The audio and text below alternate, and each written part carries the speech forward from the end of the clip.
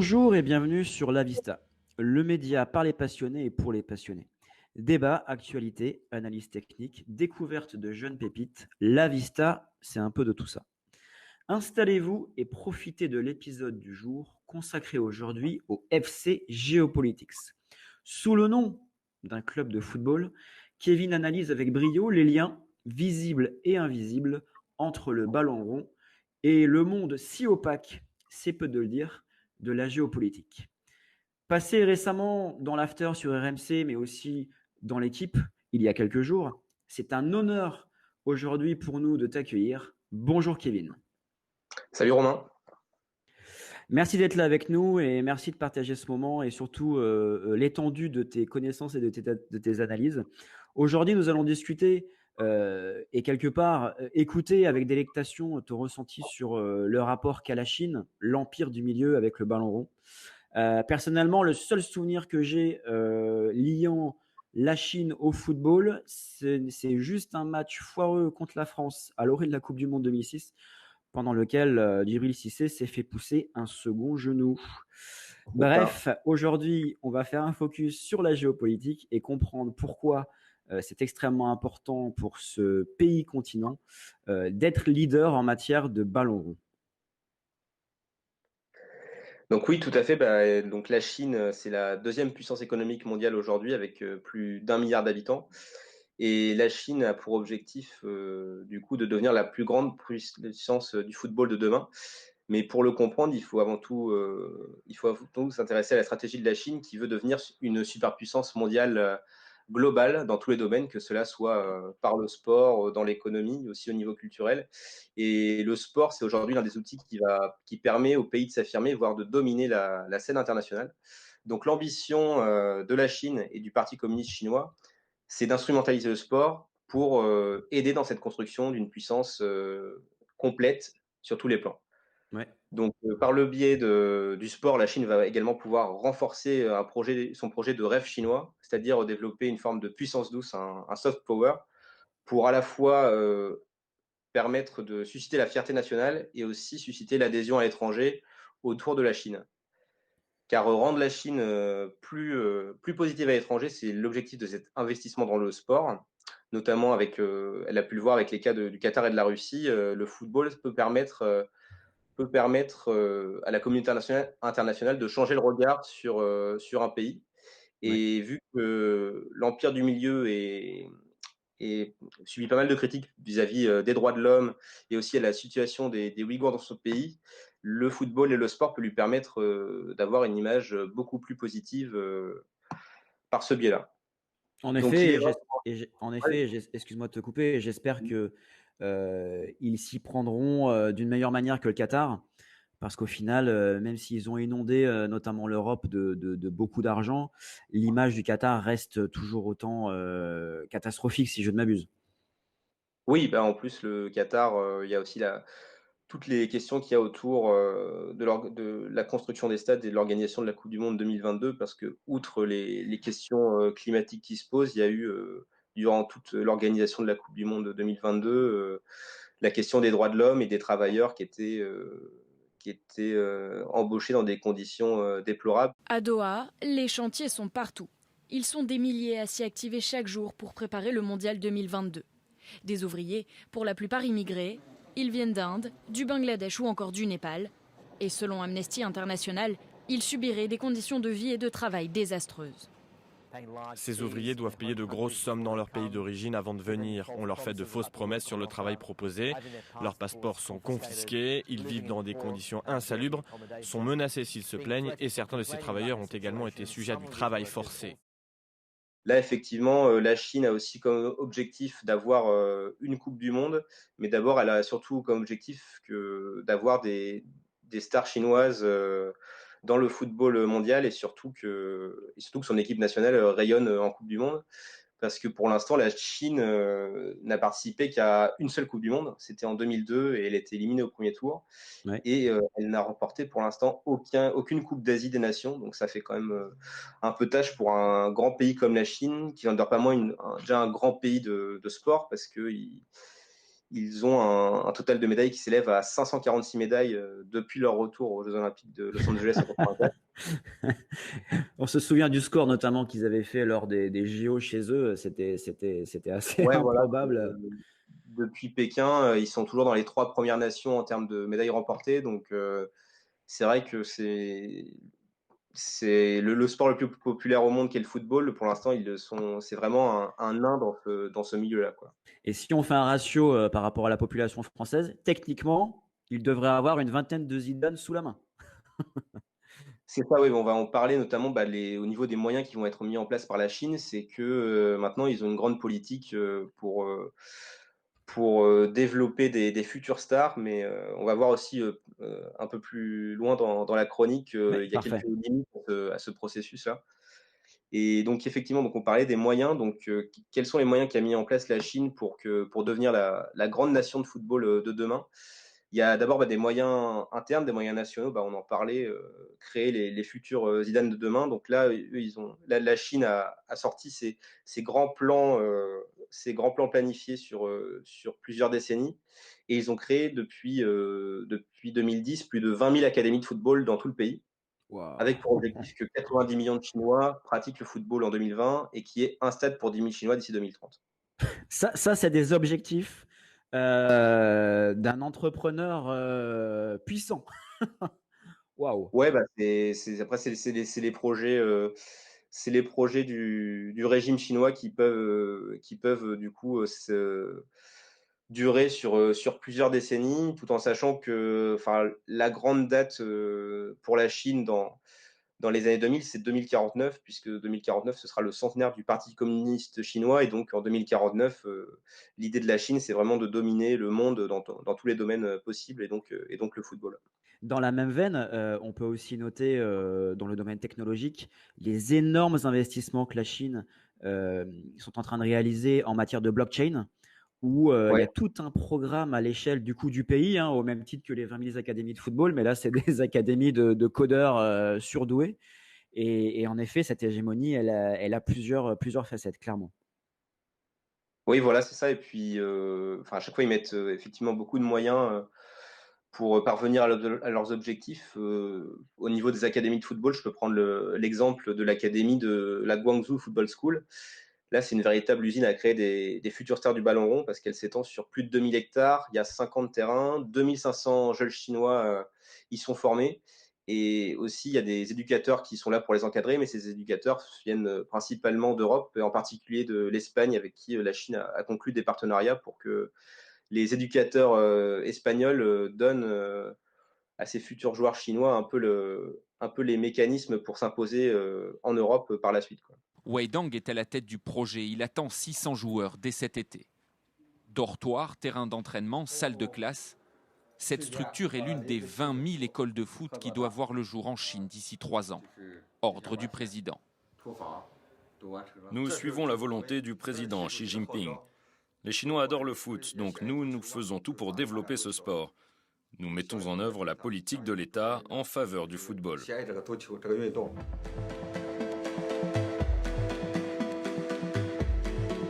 À Linzhou, mais aussi à Shanghai, dans tout le pays, des rectangles verts poussent à vitesse grand V.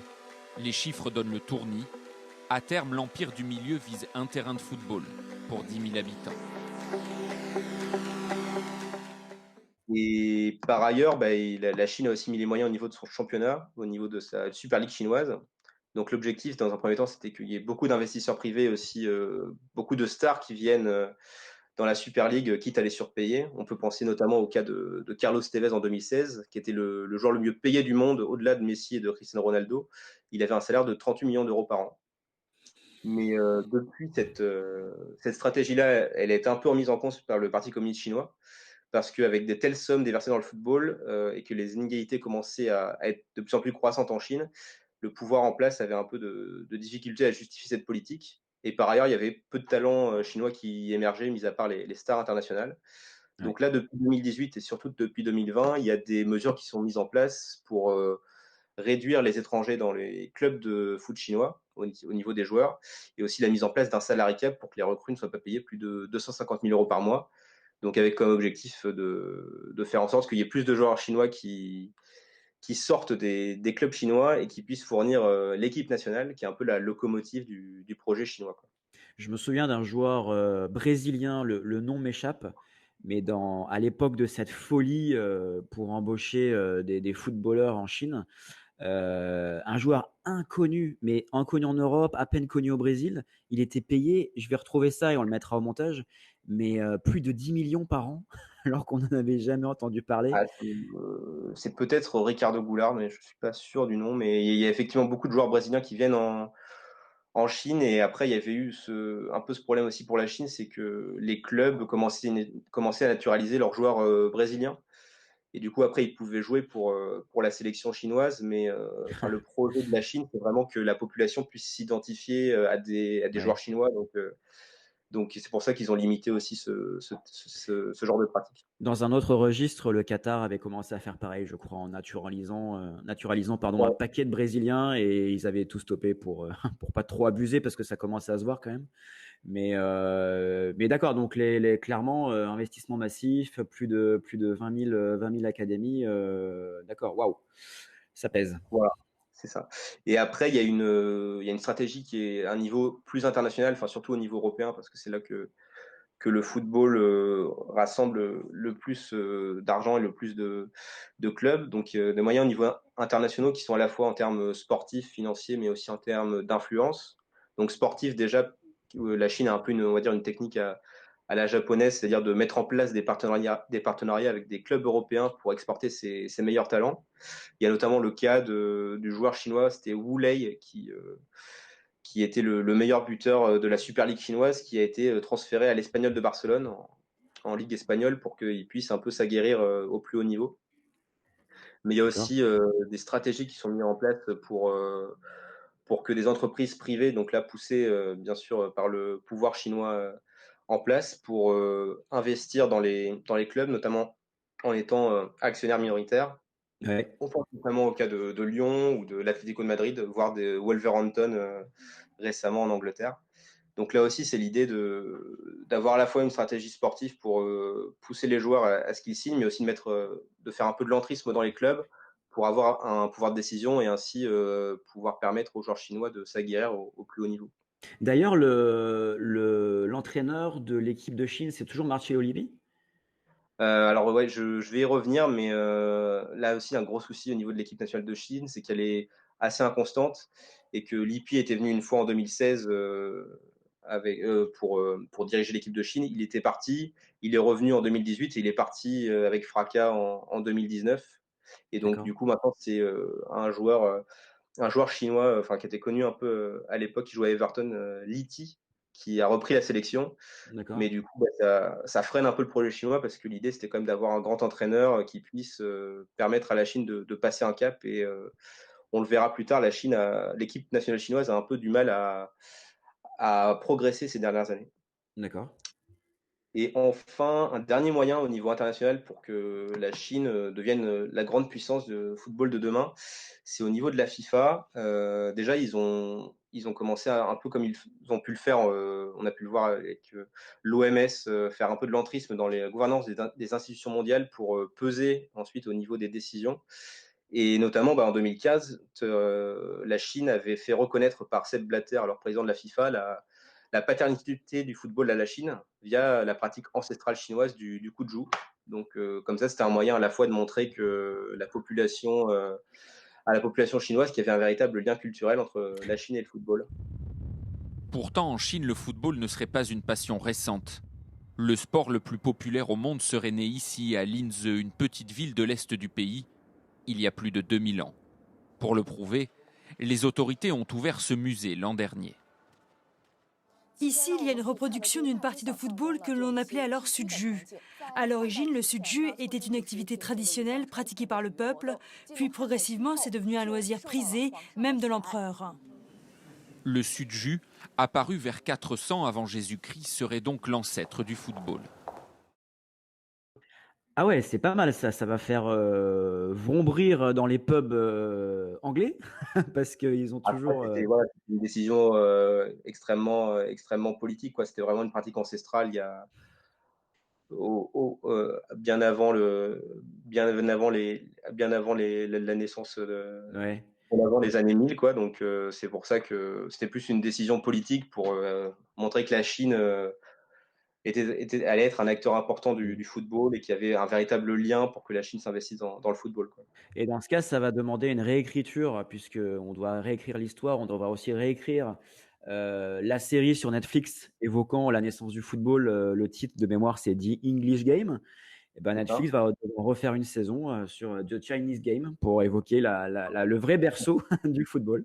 Bah, en tout cas, ça pourrait être l'un des moyens, ça pourrait être l'un des moyens de la Chine, effectivement, de faire une série ou un film, bon, pas avec, Netflix parce que Ouais, ils sont américains, mais ça pourrait être l'un des moyens, un vecteur culturel pour montrer que la Chine, s'investit dans le football et que c'est une vraie nation du football, effectivement. Et je voulais juste finir sur la FIFA.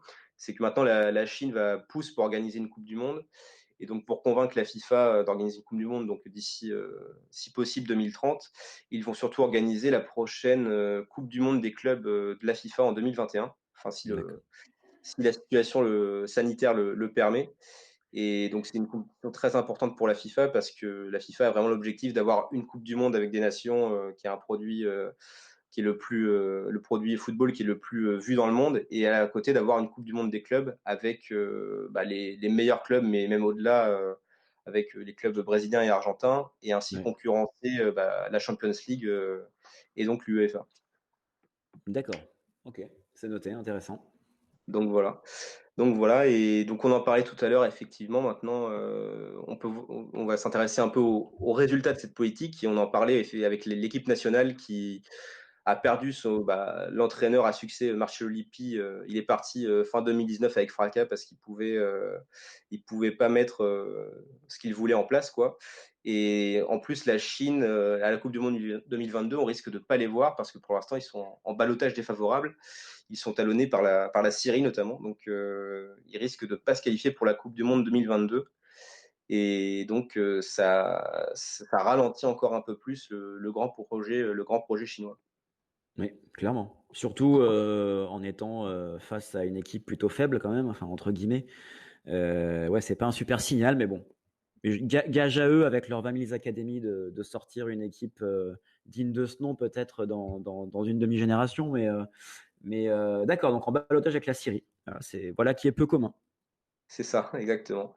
Et donc, effectivement, on peut s'interroger, avec tant de moyens depuis les années 2010, pourquoi est-ce que la Chine n'arrive pas à sortir des grands talents? Bah, il y a plusieurs raisons à ça. Donc, on l'a vu tout à l'heure, la Chine essaie de montrer qu'il y a un lien culturel entre le football et son pays. Et pour l'instant, en Chine, le football, c'est pas encore le grand sport populaire que d'autres régimes, notamment en termes de pratique, parce qu'après, en termes de consommation du football, le marché chinois en consomme de plus en plus, mais le football est talonné dans la pratique, notamment par d'autres sports, que ce soit la natation, la gymnastique, le tennis de table ou le basket. Et autre frein aussi au projet chinois, c'est que, mis à part le cas qu'on avait évoqué tout à l'heure, le joueur Wu Lei qui évolue à l'Espagnol de Barcelone, c'est le seul joueur qui évolue dans les 5 grands championnats européens. Pour l'instant, l'équipe chinoise ne peut pas s'appuyer sur de grands talents, et elle ne peut pas faire comme peut faire par exemple la Corée du Sud ou encore plus le Japon, s'appuyer sur quand même un vivier de joueurs qui jouent dans les meilleurs championnats européens. D'accord. Et enfin, dernière peut-être limite qu'on peut voir, pourquoi est-ce que le projet chinois prend plus de temps, c'est que le fait de mettre en place un peu des projets très structurés et de mettre en place des usines à champions, ça va créer des joueurs, des joueurs prototypes qui auront un peu tous le même profil, qui suivront un peu le même entraînement, qui n'auront pas forcément la passion derrière. Et il y a notamment l'un des témoignages d'un éducateur de la Guangzhou Football School qui disait que là-bas, les enfants avaient un bon niveau technique, mais que la grande différence avec les jeunes qu'il avait pu côtoyer en Europe, c'est que tactiquement, il y avait une différence tactique au niveau de la prise de décision. Donc c'est peut-être là aussi où on va voir dans les prochaines années s'il va y avoir des grands joueurs chinois ou pas, qui auront un peu cette vista, comme se nomme comme se nomme l'émission. Et puis, on verra par la suite si ces grands projets de football vont permettre à des joueurs de talent de sortir, quoi. Très bien placé, hein, la Vista, je te remercie. Concernant l'aspect tactique, alors ça évoque aussi beaucoup de joueurs en Europe. Donc, je ne sais pas quel sera le remède pour ces joueurs en Europe de ne pas avoir le sens tactique. Mais en tout cas, je vois tout à fait ce que tu veux dire. Et du coup, par rapport à tous les éléments que tu nous as évoqués et tout ce contexte-là, clairement, aujourd'hui, les objectifs de la Chine, on va dire à court et à moyen et à long terme, quels seraient-ils? Eh bien, à court terme, déjà, bon, on en a parlé tout à l'heure, c'est que l'organisation de la Coupe du monde des clubs de la FIFA soit en 2021, ça soit un succès. Comme ça permettrait déjà de convaincre la FIFA et puis peut-être si beaucoup de monde regarde, de montrer que la Chine s'est organisée des événements sportifs et qu'il y a du public derrière. Et enfin, autre objectif à court terme, voilà, qui nous intéresse peut-être un peu moins, mais qui intéresse beaucoup la Chine, c'est de gagner la Coupe d'Asie des Nations 2023 qui aura lieu sur ces terres. Et là, quand on voit qu'ils galèrent déjà dans leur groupe de qualification, on voit que le chemin est encore long pour qu'ils gagnent cette Coupe d'Asie, quoi. En e Et En effet, oui, oui, là, en effet, le chemin, va être assez long sur cet objectif-là. voilà, c'est ça. Et enfin, objectif à plus long terme, bah, on en parlait tout à l'heure, c'est d'organiser une coupe du monde donc à horizon 2030 puisque les éditions 2022 auront lieu au Qatar et 2026, ce sera en Amérique du Nord, co-organisé par les États-Unis, le Mexique et le Canada. Ouais. Donc peut-être que 2030, ce sera la coupe du monde chinoise vu que ça fait longtemps qu'un pays asiatique n'a pas eu, enfin un pays asiatique, on va dire, d'Asie un pays d'Asie, mis à part Ouais. le Qatar, il y a eu la Coupe du Monde, quoi. Et après, le prochain objectif, c'est gagner la Coupe du Monde à horizon donc 2050, même si la grande date, c'est 2049 à retenir Ouais. pour le centenaire du Parti communiste chinois. Et donc, voilà, donc des grands plans chinois sont en place pour que la Chine devienne le prochain grand pays de football. Et on n'a pas fini d'entendre parler de l'empire du milieu dans le domaine du ballon rond, quoi. En effet, après c'est vrai que la partie, romantique du football qu'on aime beaucoup, notamment en Europe et en Amérique du Sud, c'est peut-être la partie qui va le plus leur manquer. Cette espèce d'ADN, en tout cas à moyen terme, hein, d'avoir l'ADN du sens tactique, du sens du jeu, du flair du jeu. C'est vrai que le fait qu'eux puissent développer ça chez leurs jeunes, en Chine, même si c'est en mode accéléré, peut paraître compliqué et ça va mettre du temps à apprendre. Alors que c'est vrai qu'en Europe, on est avec ça. On est avec la musique de la Ligue des Champions, on est avec cette culture club où eux doivent, je pense, pour l'instant un petit peu se forcer. Mais comme tu l'as souligné, c'est des consommateurs de plus en plus grands de football. Et quand on parle d'un pays qui a plus d'un milliard d'habitants, c'est sûr que bah, tout de suite, c'est des chiffres absolument dingues. Euh, mais connaissant particulièrement la mentalité chinoise, je ne serais pas étonné qu'à terme, ils atteignent ces objectifs, même si aujourd'hui, ça peut paraître un petit peu ubuesque. Oui, c'est ça. Et puis, bah, déjà, le premier objectif, je pense, c'est vraiment de s'imposer sur le continent asiatique et puis après, effectivement, de se confronter aux plus grandes nations européennes. Mais ça va prendre du temps et même d'ici 2030, s'ils ont l'organisation de la Coupe du Monde, il faudra quand même quelques grands joueurs pour qu'ils puissent passer un cap. Il y a encore quelques années à attendre pour que la Chine devienne championne du monde, mais en tout cas, ils mettent les moyens pour y parvenir, quoi. En effet, j'ai juste une dernière question qui, pour la peine, n'a rien à voir avec la Chine. Mais je me demandais, tu sais, avec l'euro qui est décalé à l'année prochaine, Oui. donc ça veut dire déjà que les joueurs pros reprennent là où finissent leur championnat là. Ils vont faire toute une année quasiment sans stop jusqu'à la partie mise au vert avant l'Euro. Ensuite, ils vont réenchaîner directement jusqu'à la Coupe du Monde. C'est-à-dire que pour une fois, il n'y aura pas une année de creux entre une Coupe d'Europe et une Coupe du Monde. Plus toute la tendance un petit peu, on va dire, géopolitique qui sent le souffle, on va dire, de tout ce qui se déroule autour du Moyen-Orient et notamment le Qatar. De 0 à 10, est-ce que tu penses que la Coupe du Monde 2022 peut potentiellement être annulée? Annuler, je pense pas parce que c'est un peu comme au niveau de Tokyo, quoi. Les JO, il y a beaucoup trop d'enjeux, je pense, financiers pour que ça soit annulé, donc ils vont essayer de la décaler. Mais c'est vrai qu'au niveau du calendrier sportif, en plus, si la Coupe du Monde des clubs de la FIFA se maintient en 2021, il y aura un embouteillage de compétition. Et après, ça posera aussi un autre souci, c'est au niveau de la santé des joueurs. Déjà que, au Qatar, c'est vrai qu'ils y jouent en hiver et que les stades seront climatisés, mais faut pas non plus faire jouer les joueurs dans n'importe quelles conditions. Ils vont pas pouvoir enchaîner 70 matchs par saison chaque année sans se péter, quoi. Ah bah là, entre les risques sanitaires purs pour eux et finalement la crise qui va aussi toucher, directement les finances des clubs et on peut déjà voir le ramdam qui se passe avec, ces histoires de droits télé et on va dire, voilà, l'argent qui va de moins en moins rentrer dans les stades. Ouais, ça peut être 2 prochaines années, particulièrement animées. On espère en tout cas, parce que c'est quand même notre intérêt, que les stades réouvrent, rapidement. Bon, je pense modestement que ce ne sera pas avant quelques temps. D'ailleurs, sur cette réouverture, est-ce que tu ferais un pari en disant les stades vont rouvrir à Noël ou en septembre ou plus tard? Après, effectivement, je pense qu'il va y avoir déjà une réouverture peut-être progressive. Après, ça dépendra aussi s'il y a une deuxième vague ou pas en Europe, quand on voit que pour l'instant, maintenant, c'est tout le continent américain Ouais. qui prend cher au niveau de l'épidémie. Mais non, effectivement, ce serait mieux que les stades réouvrent partiellement le plus vite possible, notamment pour l'économie des clubs, pas seulement de football, parce qu'il y a d'autres sports dont la billetterie, ça représente un levier important, Ouais, un levier financier. Mais bien non, sûr. ouais, le plus possible après dans les conditions sanitaires qui le permettent. Et puis après, c'est vrai que c'est un peu dommage de voir un stade vide et de voir un match avec des supporters enregistrés, quoi. On veut que les stades revibrent. C'est aussi un peu ça l'essence du football, quoi. Clairement et c'est vrai que la Ligue des champions qui arrive, d'ailleurs le tirage au sort est très bientôt. Ouais, vive la Ligue des champions. Alors il y aura toujours la musique à l'entrée des joueurs, hein, mais sans personne dans les stades où on entend absolument tout. C'est pas le football romantique qu'on aime, mais bon, on va faire le dos rond comme tout le monde dans cette période si délicate. Merci beaucoup pour tous ces éléments sur le projet chinois, c'était très clair. Merci à toutes et à tous de nous avoir écoutés et j'espère que cela vous a plu. N'hésitez pas à liker, à commenter, à partager.